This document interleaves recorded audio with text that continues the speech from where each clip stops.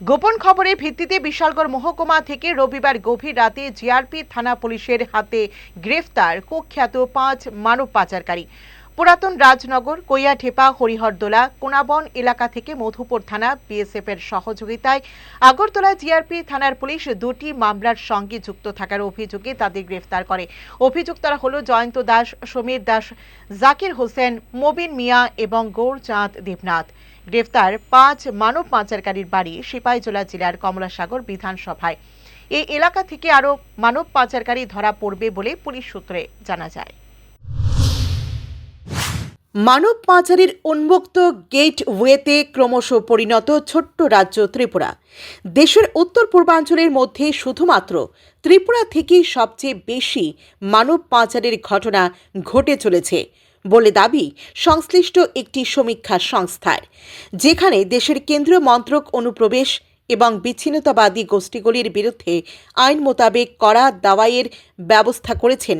সেই জায়গায় কিভাবে এত সংখ্যক লোক অবৈধভাবে ত্রিপুরায় ঢুকছে এবং কেন এত সংখ্যক মানব পাচারকারী এই অপকর্মে জড়িয়ে যাচ্ছে তা নিয়ে কিন্তু রহস্যের সৃষ্টি হয়েছে অপরাধ বিষয়ক বিশ্লেষক মহলে।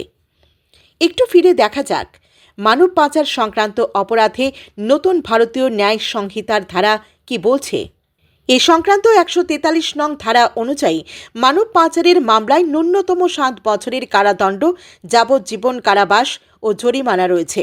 কোনো ব্যক্তি যদি একাধিক ব্যক্তির সঙ্গে এই অপরাধ করে তাহলে ওই ব্যক্তির বিরুদ্ধে ভারতীয় ন্যায় সংহিতার শাস্তি অনুসারে ন্যূনতম 10 বছরের কারাদণ্ড ভোগ করতে হয়।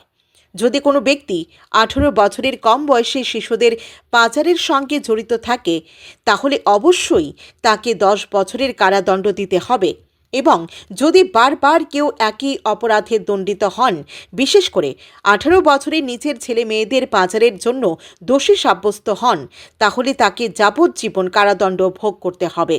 ভারতীয় ন্যায় সংহিতায় 143 নং ধারায় স্পষ্টভাবে এবং জোরালোভাবে এই বিধান লিপিবদ্ধ থাকলেও মানব পাচারের প্রবণতা কিন্তু থেমে নেই।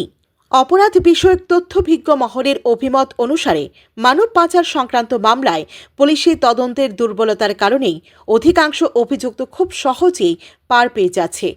যেখানে এই অপরাধের শাস্তি হিসেবে ন্যূনতম 5 থেকে 7 বছরের কারাবাসের বিধান রয়েছে, সেখানে দেখা যাচ্ছে একই অভিযুক্ত খুব সহজেই, অর্থাৎ পুলিশের দুর্বল ফরওয়ার্ডিং রিপোর্টের কারণে ছাড়া পেয়ে যাচ্ছে এবং একের পর এক এই অপরাধ করে চলেছে। আইনজ্ঞ মহলের অভিমত, এই সমস্ত ঘটনাগুলোর ক্ষেত্রে যদি বিএসএফ, আরপিএফ ও পুলিশি তদন্তের প্রেক্ষাপট মনিটরিং না করা হয় তাহলে মানব পাচার সংক্রান্ত ব্যাপারটা তথা অপরাধ কাণ্ডটি আরও জটিল আকারে পৌঁছাতে পারে। এক্ষেত্রে রাজ্য স্বরাষ্ট্র দপ্তর তো বটেই, কেন্দ্রীয় স্বরাষ্ট্র মন্ত্রককে খুব শীঘ্রই উপযুক্ত পদক্ষেপ গ্রহণ করতে হবে। Bureau report, headlines Tripura national.